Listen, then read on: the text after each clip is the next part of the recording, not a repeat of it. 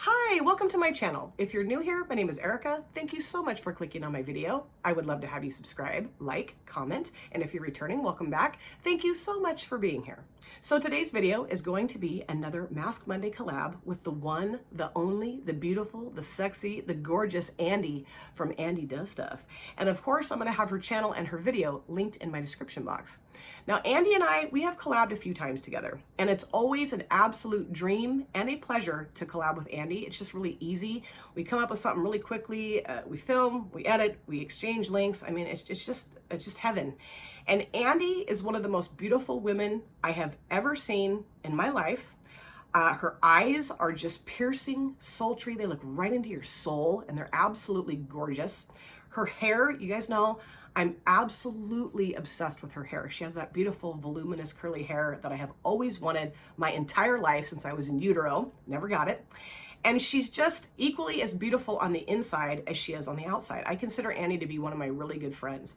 She is someone that I can turn to if I need advice, if I need to talk about something, if I want a good laugh, if I just need to, I don't know, maybe vent a little bit or anything really. She's always there for me. And I really hope that she knows that I'm always there for her as well. It's so interesting to me how you cannot meet somebody in person, but feel like you've known someone your entire life and have this amazing bond with somebody. And I definitely feel like I have that with Andi. Not to mention the fact that she is an amazing creator. She does so many fun, cool, different things on her channel. She's exposed me to a lot of different subscription boxes, a lot of different makeup brands and makeup products. And she's really wonderful to listen to. She has a very soothing, very sultry, very sexy voice. I really think that Andi should do audiobooks. Like if she read 50 Shades of Grey, I mean, hello, people would be making babies all over the world listening to that. So what are we going to be doing today for our Mask Monday? We are going to be doing an 80s music theme Mask Monday. We just did the Let's Go to the Movies theme Mask Monday not too long ago. And several of you in the comment section, you said, you guys need to keep doing this. I'm a huge 80s music fan. I know Andi is too. We both are around the same age and we grew up listening to 80s music. So yes, that's what we're going to be doing today. I came up with 20 questions based on 80s music for us to answer. Now, what mask am I going to be using? Let me show you. I'm going to be using the 4th Ray Avocado Superfood Nourishing Mask that I got in my ColourPop mystery box. What, last month? Maybe in September? So it's been sitting here waiting for me to use it for a while. 4th Ray is the skincare cousin to ColourPop, I believe, or sister, brother, grandma, whatever you want to call it. And I'm really excited to give this a try. I don't know that I've ever really used a mask quite like this before. So I am going to go off camera. I'm going to put my garb on my face. I'll be right back and we'll get into the 80s music questions. So if you ever wanted to know what I would look like if I were kidnapped by aliens and they gave me a makeover, this is it. So let's start answering these questions. I have them all written down here. There's 20 of them. Number 1, favorite 80s female artist and favorite all-female 80s group. So I can't just give you one favorite female artist from the 80s. There's no way. Janet Jackson is one of my absolute favorite female creators of all time. Joan Jett. Oh, she's so amazing. And my husband and I actually just watched a documentary about her a couple of weekends ago. Really crazy life, but really interesting. And I just love her. That documentary made me love her even more than I did before. Pat Benatar is another 80s female artist that I just think is incredible. I did a look based on her for my Rocker Chick group collab. That was so fun. Annie Lennox is another 80s female artist that I just think is phenomenal. Just the way she looks, the way she sounds. All of those women are very inspiring to me. And then my favorite all-female group from the 80s would be the Go-Go's. I just thought they were so cool. Belinda Carlisle, their lead singer, she is one of my faves. Jane Wiedlin, she was, I think, the guitar player for the Go-Go's? I can't remember now. I can't believe I can't remember that. But I loved her too. I just thought it was really fun to see women playing instruments and singing together. I have watched a behind the music about that group, and they're pretty crazy ladies, but just really fun to watch, and I think their music is great. Number 2, best 80s power ballad. That would have to be Close My Eyes or Close Your Eyes Forever, that Ozzy Osbourne and Lita Ford do together. That is one of the best power ballads ever. And then also Total Eclipse of the Heart by Bonnie Tyler. That is such a great song. I used to just belt that out at the top of my lungs. Not well, but I would do it all the time. Number 3, favorite R&B artist and favorite R&B group. Now, I would say Michael Jackson and Prince, but I think they were considered more pop, right? So if I'm going to pick a true R&B artist from the 80s, it would have to be Lionel Richie. That dude is so smooth. That is baby making music that he sang. I'm telling you, my parents, when I was in grade school, they would have, a little bit of wine and sit and sing Lionel Richie right in each other's faces. And I'd be like, ugh, gross. But, that's what you did. That's what you do to Lionel Richie music. You have to. And then my favorite R&B group from the 80s is New Edition. New Edition still is one of my favorite bands, favorite groups ever. And they all split up and did their own thing. Bobby Brown, went off on his own. Belle Biv DeVoe. I mean, hello, Poison. Can't trust a big butt and a smile. No, you can't. Johnny Gill, he had his own solo career. Ralph Tresvant. All of them were so talented and such wonderful singers and dancers. I still listen to New Edition all the time. Their Any Heartbreak album came out when I think I was a freshman in high school. So it was like 1988, 89. And I listened to that so much. I had a tape. I listened to it so much that the tape broke. And I still love to watch their videos and listen to them. I just think they're all so amazingly talented. Number 4, favorite hair band. I would have to say Def Leppard, but I don't know that Def Leppard was considered a true hair band. So if we're really talking about the big hair, crazy hair, and you know what? I'm going to see if I can find a picture of myself in high school when I had the big, crazy hair-sprayed hair, and I'm going to pop it up here. But I would have to say Motley Crue or Poison, because they just had the best hair, makeup, the whole 9 yards. I had a huge crush on Tommy Lee from Motley Crue. Now I look at him and I think, why was that? But at the time, I just thought he was so hot. Number 5, what song did you listen to so much to back then that now you're sick of hearing it? I listened to the Footloose soundtrack a lot. Let's Hear It for the Boy. I love that song still, but I don't know. It's not something that I really enjoy listening to anymore because I just listen to it too much. It's a great song, but it's kind of cheesy. Also, the song I Want to Dance with Somebody for Whitney Houston. Oh my God. You guys have no idea how many times I listen to that song on repeat. And I still love it, but it's not, I don't know. Every time I turn it on, I'm like, I think I'll listen to something else. Number 6, favorite country artist and favorite country group. My favorite country artist from the 80s was Kenny Rogers, The Gambler. The lyrics to that song are so appropriate to so many situations in life. I'm telling you, if you've never listened to The Gambler, I highly recommend you check it out because it's just great. Kenny Rogers was amazing. And then my favorite 80s country group would be Alabama. I still really like their music. I'm not a huge country music fan, but there's just a handful of people that I really enjoy listening to. And those two, Alabama and Kenny Rogers, are 2 of those. Number 7, what song did you despise that everyone else loved and vice versa? So a song that I despised that everyone else loved was Money for Nothing by Dire Straits and also Burning Down the House by Talking Heads. I don't know why, but I don't like either one of those songs. And I don't really like either one of those bands. I don't know. I never could really get into either one of them. But my friends and my family members loved both of those songs. And they would be like, what is the matter with you, Erica? And I'm like, I don't know. I just don't like them. And then a song that I loved that everybody else hated was Karma Chameleon from Culture Club, Boy George. I love that song so much. I still love it. And I would make up little dances to that song and so funny. But Culture Club was one of my favorite bands back in the 80s too, favorite groups. Number 8, what was the first music video that you ever watched? And that would be 1999 from Prince and the Revolution. And we got MTV on our TV when I was like, I don't know, 6 or 7, like right when it first came out. I think it was like 1980, 1981, maybe 1982. I can't remember. I should have looked that up. And I just remember turning it on and here's Prince with his guitar, everything's all purple and he just looked so regal and so sexy.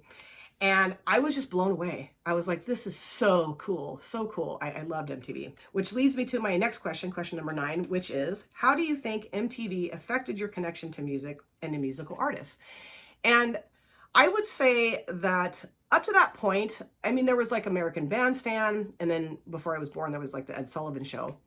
And obviously you could see people perform, but you couldn't ever see it the way that music videos were put together. They were like little movies and very artistic and very creative. Some of them are very cheesy, but it just was so new and so unique. And it really made me feel like I got to know the musical artists better, I guess, and very unique visual way to listen to music. You weren't just hearing it, you were seeing it. And that was so cool.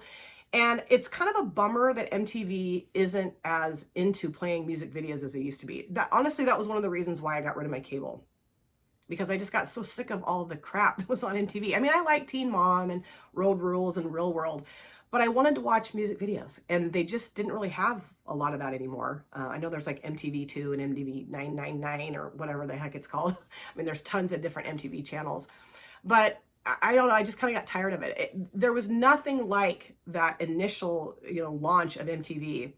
And to see all of those cool videos from so many different groups, I mean, it was really interesting and really neat. I'm really glad that I grew up in a time when that was first starting. That was really a great experience to have as a kid. Number 10, least fave 80s singer and least fave 80s group. My least favorite 80s singer was Debbie Gibson. I love Tiffany, but I could not stand Debbie Gibson. She just, I don't know, I thought she was really cheesy. I just thought she was kind of phony and fake, and she just kind of drove me nuts, and I didn't really like her music. I thought it was just kind of vapid, kind of like, eh.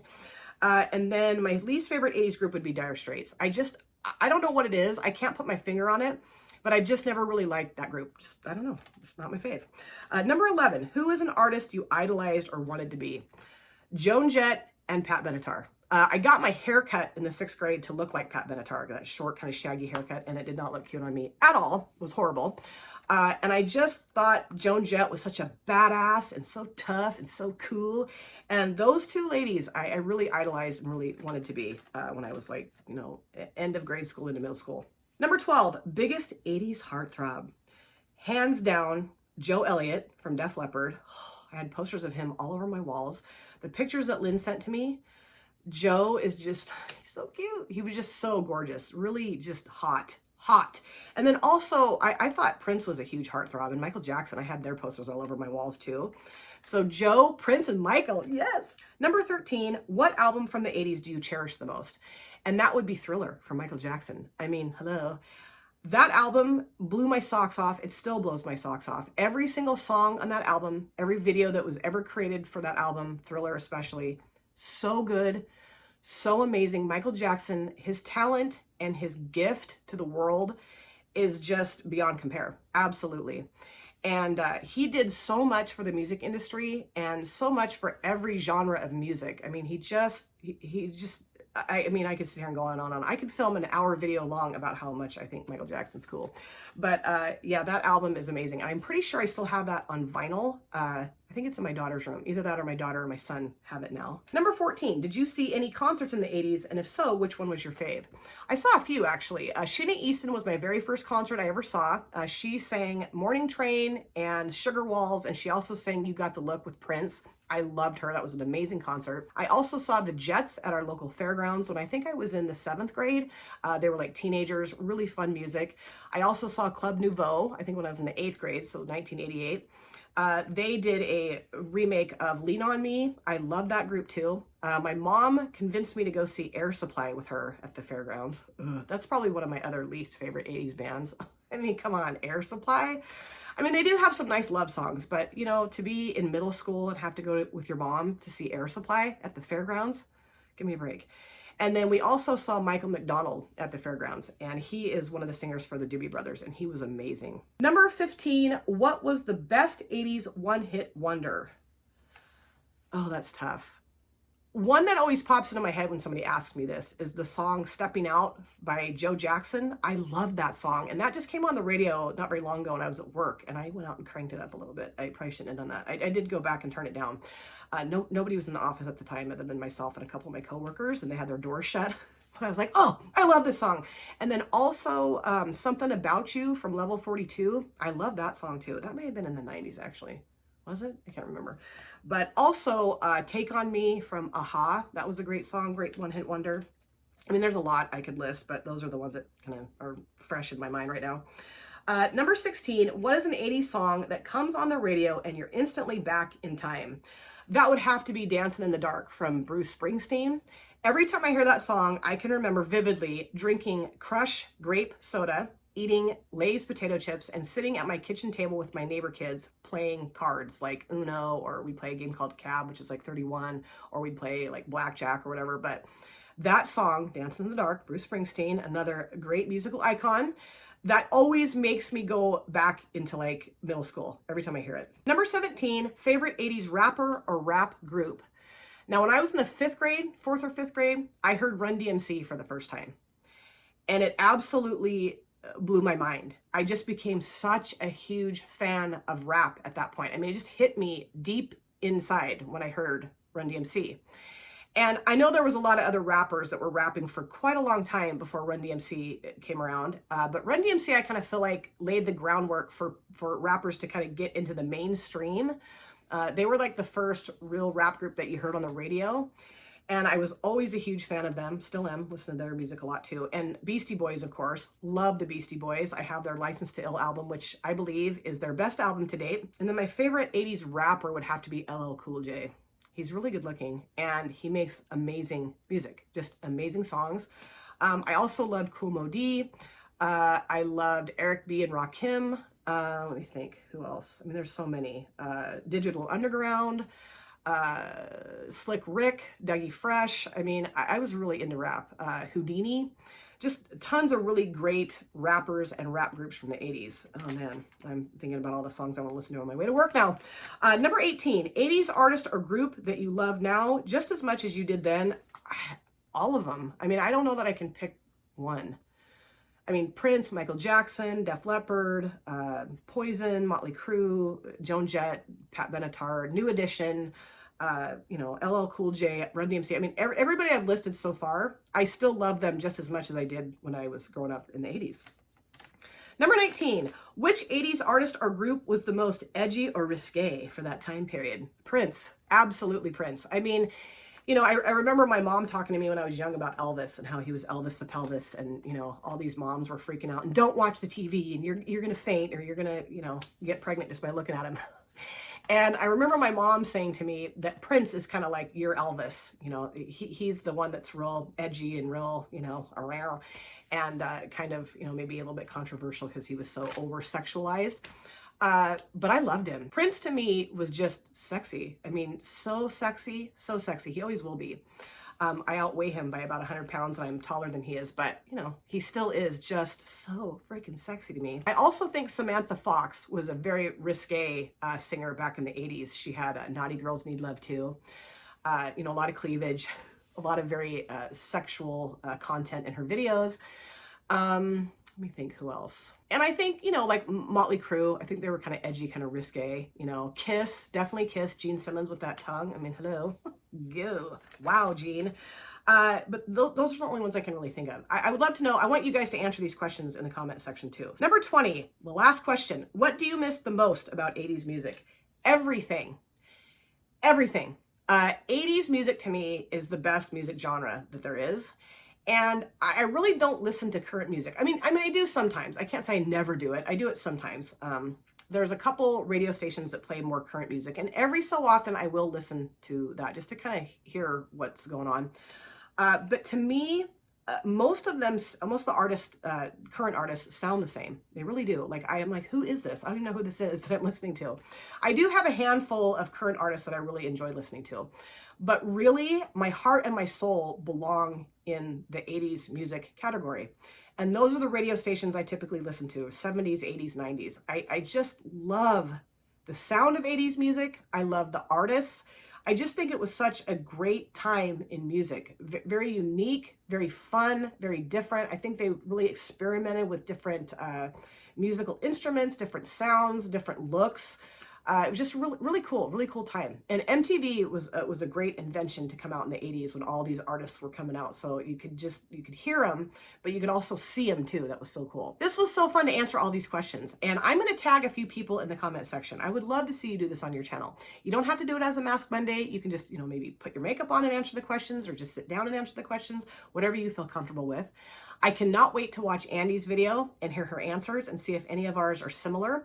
Like I said at the very beginning, I'm going to have her channel and her video linked in my description box. If you guys haven't gone and subscribed to Andi yet, which I can't imagine that's happened, but if you haven't, please go to her channel and subscribe. She is amazing as a creator, as a person, and she is such a dear friend to me. And I hope that we can keep doing these, keep doing like themed Mask Monday collabs. This is so fun. I mean, there's a lot of different things that we could do. And I'm going to go off camera now and take this stuff off my face because I feel like my skin is going to crack and fall off. Thank you guys so much for taking time out of your busy day or evening to sit down and watch my video. It always means the world to me. If you have subscribed or you would like to subscribe, do not forget to hit the notification bell. That way you're aware of all of my future uploads. I cannot wait to see you guys in my next video. But in the meantime, please take care of yourself. Be well, safe, happy, and I hope to see you very soon. Thanks again, you guys. Take care. Bye. Drop it.